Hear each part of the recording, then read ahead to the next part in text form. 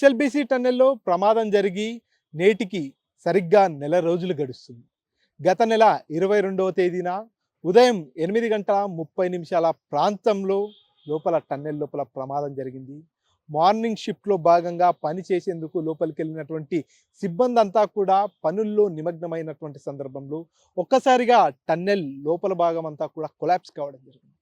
అక్కడ పనిచేస్తున్నటువంటి ఇద్దరు టీబీఎం ఆపరేటర్లు, ఇద్దరు ఇంజనీర్లు, నలుగురు సిబ్బంది అంతా కూడా ఆ ప్రమాదంలో చిక్కుకుపోయారు.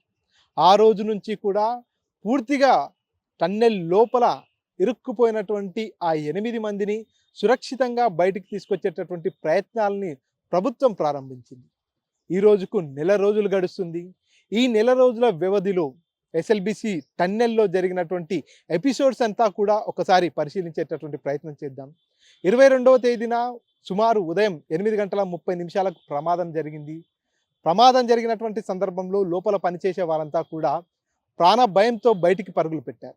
కేవలం 8 మంది మాత్రమే లోపల చిక్కుకుపోయిన నేపథ్యంలో హుటాహుటిన మంత్రి ఉత్తమ్ కుమార్ రెడ్డి, జూపల్లి కృష్ణారావు, స్థానిక ఎమ్మెల్యే వారంతా కూడా సంఘటన స్థలానికి చేరుకోవడం జరిగింది.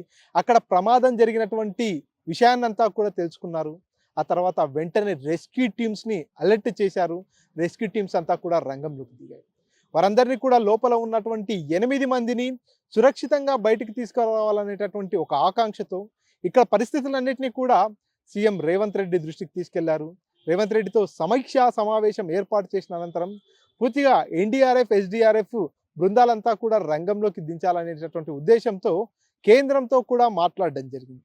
కేంద్రం కూడా సహకారం అందజేసినటువంటి నేపథ్యంలో ఎన్డీఆర్ఎఫ్, ఎస్డీఆర్ఎఫ్ సిబ్బంది అంతా కూడా రంగంలోకి దిగాయి.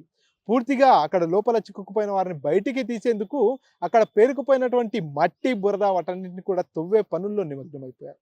కానీ పెద్ద ఎత్తున టన్నెల్ అంతా కూడా కొలాప్స్ అయిపోయి కొన్ని వందల మీటర్ల వరకు కూడా ఆ మట్టి, బురద పేరుకుపోయినటువంటి నేపథ్యంలో ముందుకు వెళ్ళలేనటువంటి సిచ్యువేషన్ అక్కడ నెలకొంది. దీంతో మళ్ళీ సింగరేణి నుంచి రెస్క్యూ టీంని రంగంలోకి దించారు.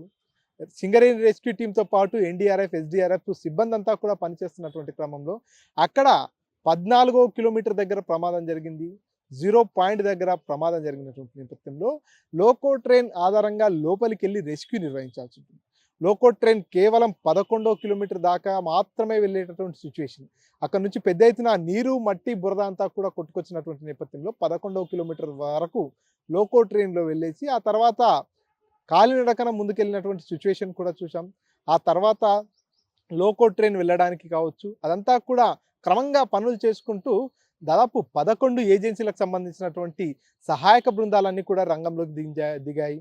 ఎన్డీఆర్ఎఫ్, ఎస్డీఆర్ఎఫ్, సింగరేణి రెస్క్యూ టీంతో పాటు రైల్వే సిబ్బంది కావచ్చు, అదేవిధంగా navy, Indian army, rat miners, ఈ రకంగా 11 ఏజెన్సీలకు సంబంధించినటువంటి సహాయక బృందాలన్నీ కూడా రంగంలోకి దిగి నిత్యం నిరంతరాయంగా రాత్రి బగళ్ళు అక్కడ సహాయక చర్యలను ముమ్మరం చేశాయి.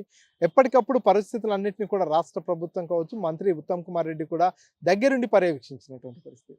సరిగ్గా 15 రోజుల పాటు నిరంతరాయంగా అక్కడ రెస్క్యూ పనులు కంటిన్యూ అయిన తర్వాత 15వ రోజు కొంత ఆశాజనకంగా అనిపించింది. అక్కడ ఏదైతే లోపల చిక్కుకుపోయినటువంటి ఆ మనుషుల మృతదేహాలు కావచ్చు, మనుషులకు సంబంధించినటువంటి ఆచూకీని గుర్తించేందుకు పూర్తిగా విదేశీ టెక్నాలజీని కూడా వాడేందుకు సిద్ధంగా ఉన్నామని చెప్పుకొచ్చారు. అందులో భాగంగానే జీపీఆర్ రాడార్ని తీసుకురావడం జరిగింది. ఆ జీపీఆర్ రాడార్ సహాయంతో పూర్తిగా కొన్ని స్పాట్లను గుర్తించారు. జీపీఆర్ రాడార్ గుర్తించినటువంటి ఒక స్పాట్లో తవ్వకాలు జరిపినటువంటి నేపథ్యంలో అక్కడ ఒక మెటల్ లాంటి పరికరం లభించింది. సో రాడార్ అనేది లోపల ఉన్నటువంటి పరికరాలని మాత్రమే గుర్తిస్తుంది కాబట్టి మనుషుల ఆనవాళ్ళను గుర్తించాలంటే జాగిలాల సహాయం అవసరం అవుతుంది అనేటటువంటి ఉద్దేశంతో అధికారులు అక్కడికి స్నీపర్ డాగ్స్ని తీసుకొచ్చారు. స్నీపర్ డాగ్స్ పూర్తిగా టన్నెల్ అంతా కూడా కలిదిరిగి కొన్ని స్పాట్లను గుర్తించింది. ఆ తర్వాత మళ్ళీ కేరళలో విపత్తు జరిగినటువంటి సందర్భంలో అక్కడ ఏదైతే క్యాడవర్ డాగ్స్ కీలక పాత్ర పోషించాయి. మట్టి, బురద కింద చిక్కుకుపోయినటువంటి మానవ మృతదేహాల్ని గుర్తించడంలో క్యాడవర్ డాగ్స్ కీలక పాత్ర పోషించినటువంటి నేపథ్యంలో ఇక్కడికి 2 క్యాడవర్ డాగ్స్ని రంగంలోకి దించారు. మాయా, మర్ఫీ అనేటటువంటి పేర్లతో ఉండేటటువంటి 2 క్యాడవార్ డాగ్స్ లోపలికి వచ్చిన తర్వాత టన్నెల్ లోపలికి తీసుకెళ్ళి ఎక్కడైతే మనుషుల అవశేషాలకు సంబంధించినటువంటి ఆనవాళ్ళను గుర్తించే ప్రయత్నం చేశారు. జీపీఆర్ రాడార్ సూచించినటువంటి 2 ప్రాంతాలని క్యాడవార్ డాగ్స్ కూడా చూపించిన నేపథ్యంలో వాటికి D1, D2 అనేటటువంటి పేర్లను పెట్టేసి అక్కడ తవ్వకాలను ముమ్మరం చేశారు. తవ్వకాలు జరుపుతున్నటువంటి సందర్భంలో 15వ రోజు పూర్తిగా కొంత ఆశాజనకమైనటువంటి ఫలితాలు వచ్చాయి. తవ్వకాలు జరుపుతున్నటువంటి సందర్భంలో ఒక్కసారిగా దుర్వాసన పెద్ద ఎత్తున వచ్చింది. సో అక్కడ పనిచేసేటటువంటి రెస్క్యూ టీమ్స్లో కొంత ఆశాజనకమైనటువంటి ఫలితాలు కనిపించాయి. ఇక్కడ మనిషికి సంబంధించినటువంటి ఆనవాళ్లు కనిపిస్తున్నాయి, మృతదేహం బయటపడే అవకాశం ఉందనేటటువంటి ఆలోచనతో అక్కడ తవ్వకాలు ముమ్మరం చేసినటువంటి నేపథ్యంలో D1 స్పాట్ దగ్గర ఒక చేతి భాగం కనిపించింది మొదట. ఆ చేతి భాగాన్ని చూసిన తర్వాత రెస్క్యూ టీమ్స్ అంతా కూడా అక్కడ పనులు వేగవంతం చేశారు. దాదాపుగా 120 మీటర్ల పొడవు, 150 టన్నుల బరువు ఉన్నటువంటి TBM మిషన్ పూర్తిగా అడ్డంకిగా మారిపోయింది. TBM మిషన్కి సంబంధించినటువంటి ప్లాట్ఫామ్ అక్కడ చేతి కనిపించినటువంటి మృతదేహంపై పూర్తిగా పడున్న నేపథ్యంలో ఆ మృతదేహాన్ని బయటికి తీయడం చాలా ఇబ్బందికరమైనటువంటి పరిస్థితి. అక్కడ దాదాపుగా 24 గంటల పైచిలుకు శ్రమించి ఆ TBM మిషన్కు సంబంధించినటువంటి పరికరాలన్నింటినీ తొలగించి మట్టి బురదను తీసేసి అక్కడ లోపల ఉన్నటువంటి వ్యక్తిని బయటికి తీశారు. ఆ వ్యక్తి మృతదేహం TBM మిషన్ ఆపరేటర్ అయినటువంటి గురుప్రీత్ సింగ్ అనేటటువంటి వ్యక్తిదిగా గుర్తించడం జరిగింది. ఏదైతే ఆ మృతదేహం చేతుకున్నటువంటి కడియం, వేలుకుండేటటువంటి ఉంగరం, ధరించినటువంటి బట్టల ఆధారంగా గురుప్రీత్ సింగ్గా గుర్తించారు. ఆ తర్వాత అతన్ని ఆ మృతదేహాన్ని వారి స్వగ్రామానికి కూడా తరలించినటువంటి పరిస్థితి. ఆ తర్వాత మిగిలిన 7గురి ఆచూకీ కోసం ఈ రోజు వరకు, ఈ నిమిషం వరకు పూర్తిగా నిరంతరాయంగా రెస్క్యూ పనులు కొనసాగుతున్నాయి. D1 స్పాట్ దగ్గర గురుప్రీత్ సింగ్ మృతదేహం లభించిన నేపథ్యంలో D2 స్పాట్ దగ్గర కూడా ఖచ్చితంగా ఏదో రకమైనటువంటి ఆనవాళ్ళు ఉంటుందనేటటువంటి ఎక్స్పెక్టేషన్తో పూర్తిగా అక్కడ తవ్వకాలు జరిపారు. కానీ అక్కడ కేవలం కొన్ని రకాల బట్ట ముక్కలు మాత్రమే దొరికినట్టు రెస్క్యూ టీమ్స్ చెప్పుకొచ్చినటువంటి పరిస్థితి. ఈ నేపథ్యంలో D1 to D2 ఈ 2 స్పాట్ల మధ్యలో 8 మీటర్ల దూరం ఉంది. ఆ 8 మీటర్ల దూరంలో ఇంకేమైనా మానవ అవశేషాలు దొరికేటటువంటి అవకాశం ఉంటుందనేటటువంటి ఉద్దేశంతో దాదాపుగా ఇప్పటి వరకు 5 అడుగుల మేర లోతు తవ్వినట్టుగా తెలుస్తుంది. మరొక 3 అడుగుల లోతు తవ్వితే ఆ ప్రాంతం అంతా కూడా పూర్తిగా క్షుణ్ణంగా పరిశీలించినటువంటి పరిస్థితి ఉంటుంది. మొదట్లో అక్కడ రెస్క్యూ చేసేందుకు కన్వేయర్ బెల్ట్ అందుబాటులో లేదు. లోపల తోడుతున్నటువంటి ఆ మట్టి బురద అంతా కూడా లోకో ట్రైన్ ఆధారంగానే బయటికి పంపించేటటువంటి పరిస్థితి. లోకో ట్రైన్ లోపలికి వెళ్ళాలంటే సుమారుగా 50 నిమిషాల పైచిలకు సమయం పడుతున్నటువంటి నేపథ్యంలో ఆ మట్టి బురదను బయటికి తరలించడం చాలా కష్టమైనటువంటి పరిస్థితి. ఈ నేపథ్యంలోనే కన్వేయర్ బెల్ట్ కూడా అందుబాటులోకి వచ్చిన తర్వాత అక్కడ ఉన్నటువంటి మట్టి బురద అంతా కూడా లోపలికి ఒక 2 మినీ హిటాచీలను తీసుకెళ్లారు. ఆ హిటాచీల సాయంతో లోపల ఉన్నటువంటి బురద మట్టిని అంతా కూడా తోడేస్తూ ఆ కన్వేయర్ బెల్ట్ పై వేస్తూ దాదాపుగా ఆ మట్టి బురద అంతా కూడా బయటికి తరలిస్తున్నటువంటి పరిస్థితి.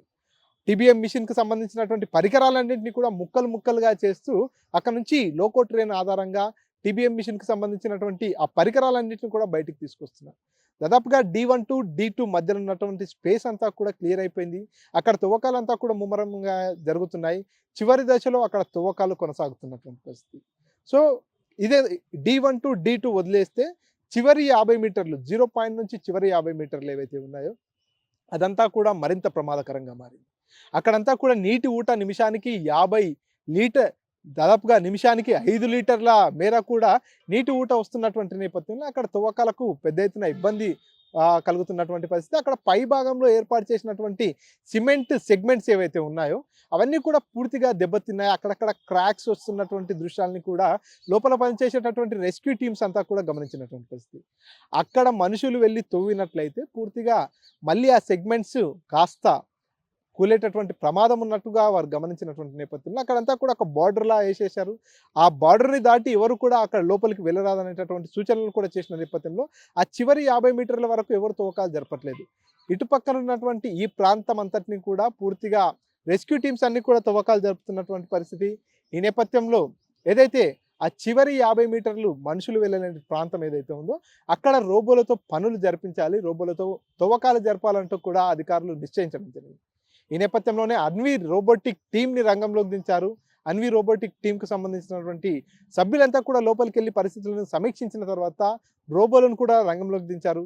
బయట ఒక మాస్టర్ రోబో, లోపలికి మరొక రోబోను కూడా పంపించినటువంటి పరిస్థితి. అక్కడ రోబో సాయంతో తవ్వకాలు జరుపుతూ రోబోకు పూర్తిగా ఏదైతే వాక్యూమ్ పైప్స్ అమర్చి ఆ వాక్యూమ్ పైప్స్ ఆధారంగా అక్కడ ఉండేటటువంటి మట్టి బురదనంతా కూడా నేరుగా తోడేస్తూ ఆ కన్వేయర్ బెల్ట్ పై వేయాలనేటటువంటి ఉద్దేశంతో అక్కడ ఏదైతే పనులు ప్రారంభించేందుకు రోబోను లోపలికి తరలించారు. కానీ అక్కడ బిఎస్ఎన్ఎల్ 3G నెట్వర్క్ మాత్రమే అవైలబుల్ ఉంది. బిఎస్ఎన్ఎల్ 5G నెట్వర్క్ అవసరం ఉన్నటువంటి నేపథ్యంలో అక్కడ రోబో పని చేయలేనటువంటి పరిస్థితి ఉంది. సో ఇది ఇది ఏదైతే ఈ నెల రోజుల పాటు జరిగినటువంటి ఈ రెస్క్యూ పనులకు సంబంధించినటువంటి అప్డేట్. నిరంతరాయంగా నెల రోజుల నుంచి షిఫ్టుల వారీగా రెస్క్యూ టీమ్స్ అంతా కూడా లోపలికి వెళ్ళి పనిచేస్తూ వస్తున్నారు. అక్కడ పనులన్నీ కూడా వేగవంతం అవుతున్నాయి. కానీ మిగతా 7 మందికి సంబంధించినటువంటి జాడ ఇప్పటి వరకు కూడా తెలియనటువంటి పరిస్థితి. ఆ 7 మంది ఆచూకీ గుర్తించేందుకు ఈ రోజు వరకు, ఈ క్షణం వరకు కూడా రెస్క్యూ టీమ్స్ అన్ని కూడా నిరంతరంగా శ్రమిస్తున్నటువంటి పరిస్థితి. మరి ఆ 7 మంది ఆచూకీ ఎక్కడ D1 టు D2 మధ్యలో ఇప్పటి వరకు అయితే తవ్వకాలు జరిపిన నేపథ్యంలో అక్కడెక్కడ కూడా వారి ఆనవాళ్ళు కానీ వారికి సంబంధించినటువంటి ఏది కూడా కనిపించినటువంటి పరిస్థితి. కాబట్టి వీరంతా కూడా చివరి 50 మీటర్లు ప్రమాదకరమైనటువంటి ప్రాంతంగా ఏదైతే అనుకుంటున్నారో అక్కడే ఉండి ఉంటారంటూ కూడా రెస్క్యూ టీమ్స్ కొంత అంచనా వేస్తున్నటువంటి పరిస్థితి. ఒకవేళ ఈ చివరి 50 మీటర్లలోనే ఈ 7 మంది చిక్కుకుపోయి ఉంటే, అక్కడే ఆ శిథిలాల కింద పడిపోయి ఉంటే వారిని తీయడం ఎలా అనేది ఇప్పుడు పెద్ద క్వశ్చన్ మార్క్గా మారిపోయింది. అక్కడ రోబోలతో పనులు జరిపిద్దామంటే రోబోలకు 5G సిగ్నల్ అందట్లేదు. మనుషులతో పని చేయిద్దామంటే టన్నెల్ మళ్ళీ కొలాప్స్ అయ్యేటటువంటి ప్రమాదం ఉంది. ఈ నేపథ్యంలో అక్కడ పనిచేసేటటువంటి రెస్క్యూ టీమ్స్ కావచ్చు, ప్రభుత్వం కావచ్చు ఎలా ముందుకెళ్తుంది, ఆ 7 మంది ఆచూకీని తెలుసుకునేందుకు ఇంకా ఎంత సమయం పడుతుంది అనేది పూర్తిగా ప్రశ్నార్థకంగా మారిపోయినటువంటి పరిస్థితి. ఇది SLBC టన్నెల్కి సంబంధించినటువంటి నెల రోజులకు సంబంధించిన అప్డేట్. కెమెరా పర్సన్ నర్సింగ్ రెడ్డితో మణికంఠ, RTV, SLBC. మరిన్ని వీడియోస్ కోసం ఛానల్ ని సబ్స్క్రైబ్ చేయండి. లేటెస్ట్ అప్డేట్స్ కోసం వాట్సాప్ ఛానల్ ని ఫాలో అవ్వండి. ఆ లింక్ డిస్క్రిప్షన్ లో ఉంది.